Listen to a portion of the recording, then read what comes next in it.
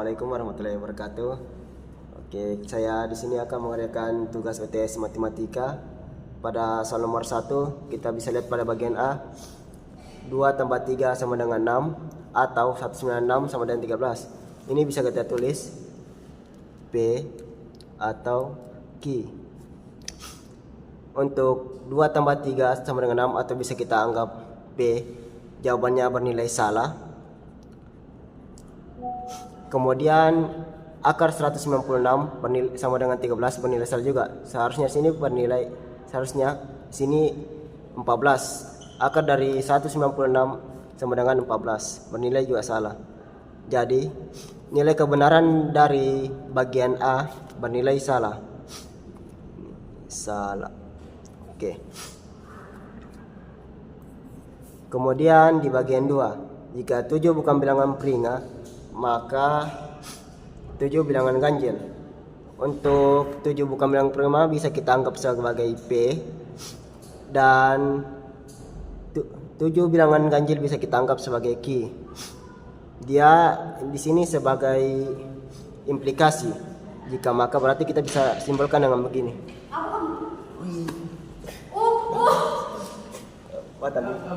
Kita bisa simpulkan dengan begini. P, jika 7 bukan bilangan prima, maka 7 bilangan ganjil. Bisa kita samakan dengan P jika maka Q.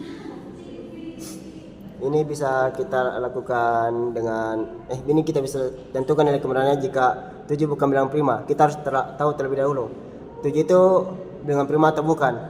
Dalam bilangan prima ada berapa angka yang termasuk? Ada 2, 3, 5, dan 7. Berarti 7 termasuk bilangan prima. Berarti nilai dari P ini sama dengan salah.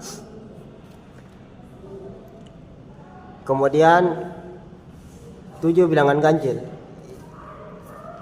Ini bisa kita tentukan nilainya. 7 bilangan ganjil berarti sini jawabannya benar. Sini benar. Maka nilai kebenaran dari jika 7 bukan bilangan prima maka 7 bilangan ganjil bisa kita anggap sebagai benar. Karena dalam implikasi apapun, walaupun yang diawalinya salah, jika Q-nya benar atau yang di akhir benar, maka dia bernilai benar. Oke, kemudian kita lanjut soal yang di bagian 3. 2 tambah 7 tidak sama dengan 7. Jika dan hanya jika 7 bilangan genap. Ini adalah bentuk dari implikasi. Di awal ini 2 tambah 7 tidak sama dengan 7. Ini bernilai salah. Dan hanya jika 7 bilangan genap. Anggap ini sebagai P. Ini jawabannya salah. Dan ini sebagai Q. Kita tahu 7 itu adalah bilangan ganjil. Berarti ini pernyataan juga salah. Maka bisa kita tentukan dalam implikasi, jika salah dan salah bertemu, maka jawabannya akan bernilai benar dalam implikasi.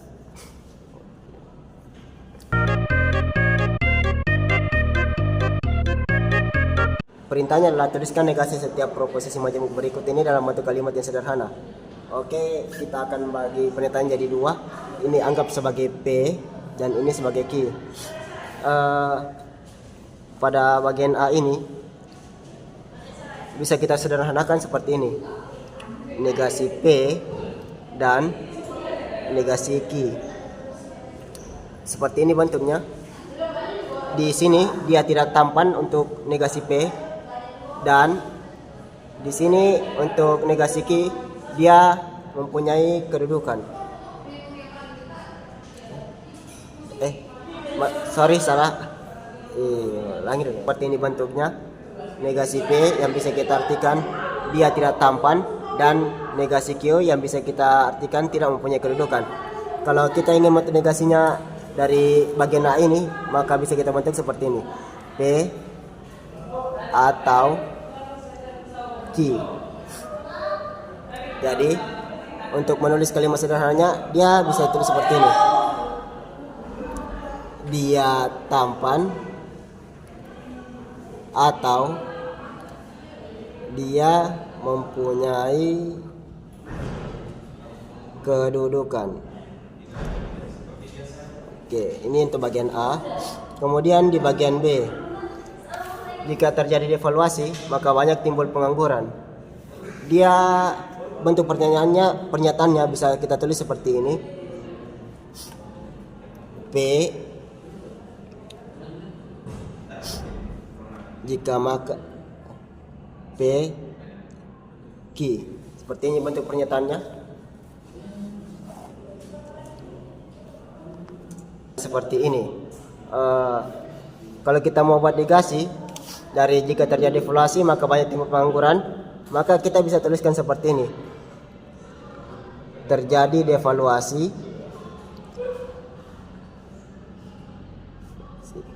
jika terjadi devaluasi dan tidak banyak timbul pengangguran. Kemudian di bagian C, rambutnya pirang jika dan hanya jika matanya biru. Ini adalah bentuk dari implikasi yang tadi sudah dijelaskan seperti pada bagian C nomor 1. Dia bentuknya seperti ini. Kalau ditulis dia dalam bentuk pernyataan kayak bentuk pernyataan menggunakan huruf, dia akan berbentuk seperti ini. P Q. Seperti ini bentuknya. Jadi kalau kita mau kalimat sederhananya dia bisa berbentuk seperti ini. Rambutnya pirang tetapi matanya tidak biru.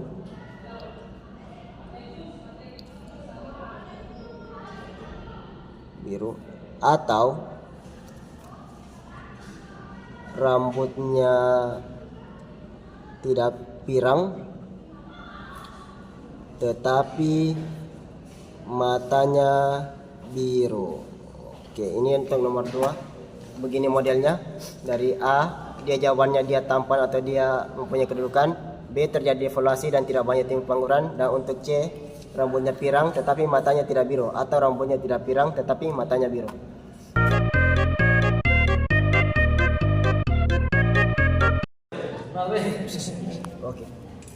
Oke, kita lanjut ke nomor 3. Buatlah tabel kebenaran proposisi majemuk berikut ini.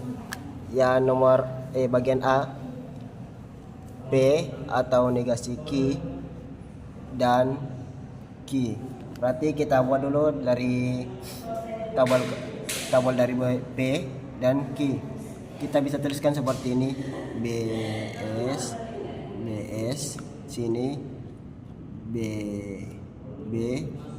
SS. Kemudian kita cari dulu. Sini ada minta negasi Q, berarti kita tulis negasi Q. Negasi dari Q bisa kita tuliskan seperti ini. Jika di sini B, maka di sini S. Di sini B, di sini S. Di sini S bisa kita tuliskan benar. Sini S kita tuliskan benar. Oke, kemudian kita lanjut. Kita buatkan pernyataan dari P atau negasi Q. Kita tulis dulu P atau negasi Q. P atau, berarti minimal salah satunya harus benar. Benar ketemu salah maka jawabannya benar. Kemudian salah ketemu salah jawabannya salah. Benar ketemu benar jawabannya benar. Dan salah bertemu benar maka jawabannya benar. Kemudian kita lanjut lagi. Setelah kita dapat dia dari P atau negasi Q, kita lanjut lagi menghubungkan dan Q. Berarti P atau negasi Q dan Q. Berarti ini kita bandingkan yang ini. Dia minta di sini dan, berarti dia harus samanya. Jika di sini benar dan benar, maka jawabannya benar. Jika sini benar, jika di sini salah, di sini benar, maka jawabannya salah. Kemudian di sini benar ketemu salah, maka jawabannya salah. Benar ketemu salah, maka jawabannya salah. Oke, itu untuk nomor 1. Nomor 3 bagian A. Kemudian kita buat nomor 3 bagian B. Pernyataannya seperti ini. P dan Q jika maka ini bentuk implikasi dan negasi P. Jawabannya ini bisa kita dapatkan kita simpulkan seperti ini. Jika P dan Q maka negasi P. Maka kita buat tabel kebenaran dari pernyataan berikut ini. Pertama kita buat P dan Q-nya. Pertama P-nya itu bentuknya seperti benar. Ini benar-benar, salah-salah, ini benar, ini salah, ini benar, ini salah. Oke, kita lanjut membuat yang ini. P dan Q. Berarti dan Q ini jawabannya benar. Ini salah, ini salah, ini salah. Nah, kemudian kita lanjut buat negasi P.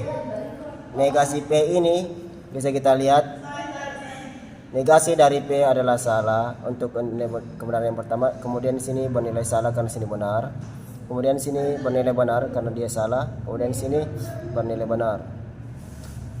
Kemudian kita lanjut lagi untuk membuat semua ini. Oke. Jika P dan Q maka negasi P kita bisa selaraskan. Dia jika jawabannya benar di awal dan salah di sininya, maka dia akan bernilai salah. Jika sini jawabannya salah dan sini salah, maka akan bernilai benar. Kemudian jika jawabannya sini salah dan di sini benar, maka dia akan bernilai benar. Dan yang terakhir jika bernilai salah dan benar, maka jawabannya akan benar.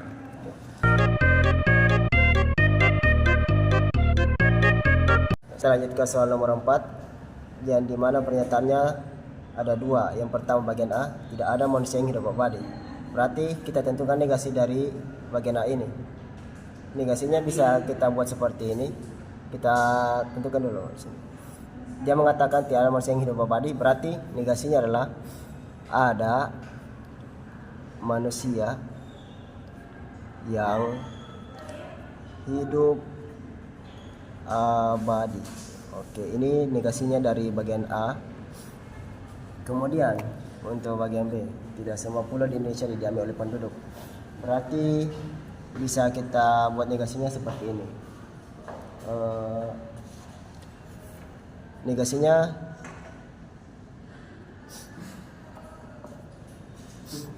Negasinya tinggal kita hilangkan tidak ini, kita tulis negasinya seperti ini. Semua pulau di Indonesia didiami oleh penduduk.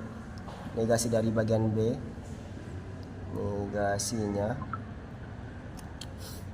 semua pulau di Indonesia didiami oleh penduduk. Oke, itu untuk nomor 4.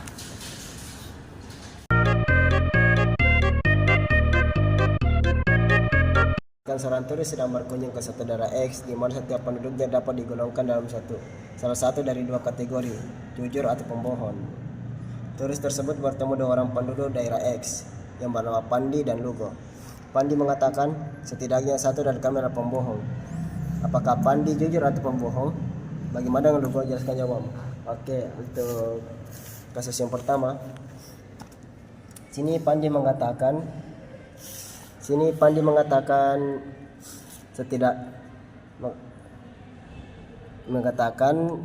salah satu dari kami adalah pembohong. Berarti kita bikin dua kasus. Yang pertama, kasus pertama, jika Pandi jujur,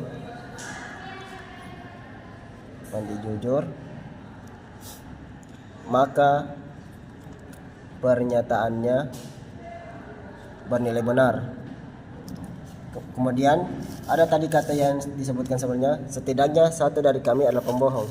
Berarti jika ini kita lanjutkan, kita tulis di bawah, setidaknya satu dari kami pembohong. Yang mengatakan adalah Pandi, maka jawabannya adalah bernilai benar. Kemudian karena kita sudah tahu di sini Pandi jujur, maka otomatis Lugo pasti pembohong untuk membuat pernyataan ini menjadi benar. Seperti itu. Kita buat lagi kasus yang kedua. Untuk kasus yang kedua ini, misalnya Pandi menjadi pembohong.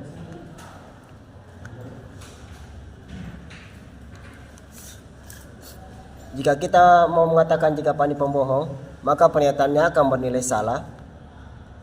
Dia akan bernilai salah pernyataannya. Kemudian negasi dari negasi dari pernyataan tadi ini, jika kita buat setidaknya satu dari kami pembohong, berarti mereka mengatakan kami berdua jujur. Berarti kita bisa simpulkan negasinya dari ini adalah kami berdua jujur.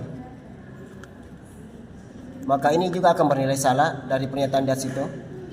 Ini negasi pernyataan ini. Ini negasinya. Berarti dia akan bernilai salah. Kemudian ini sudah kita asumsikan bahwasanya kesimpulan dari soal nomor 5 adalah Pandi adalah orang yang jujur.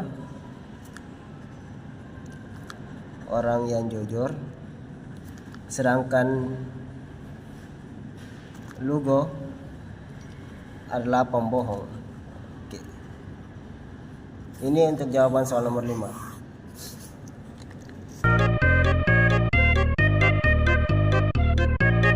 Kemudian di nomor 6, di sini mengatakan jika semua siswa di kelas membayar uang kas. Jika semua siswa di kelas membayar uang kas,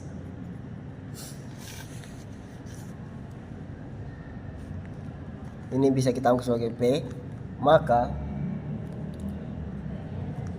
bisa berwisata. Ini kita anggap sebagai Q. Berarti bentuknya akan seperti ini. P ini Q. Oke. Kemudian kita lanjut lagi. Kita baca di sini. Setelah mengumpulkan laporan kas semua siswa di kelas, ternyata tidak ada anggota yang tidak membayar. Berarti semua siswa membayar kas. Jadi P-nya bisa kita anggap sebagai benar. P bernilai benar.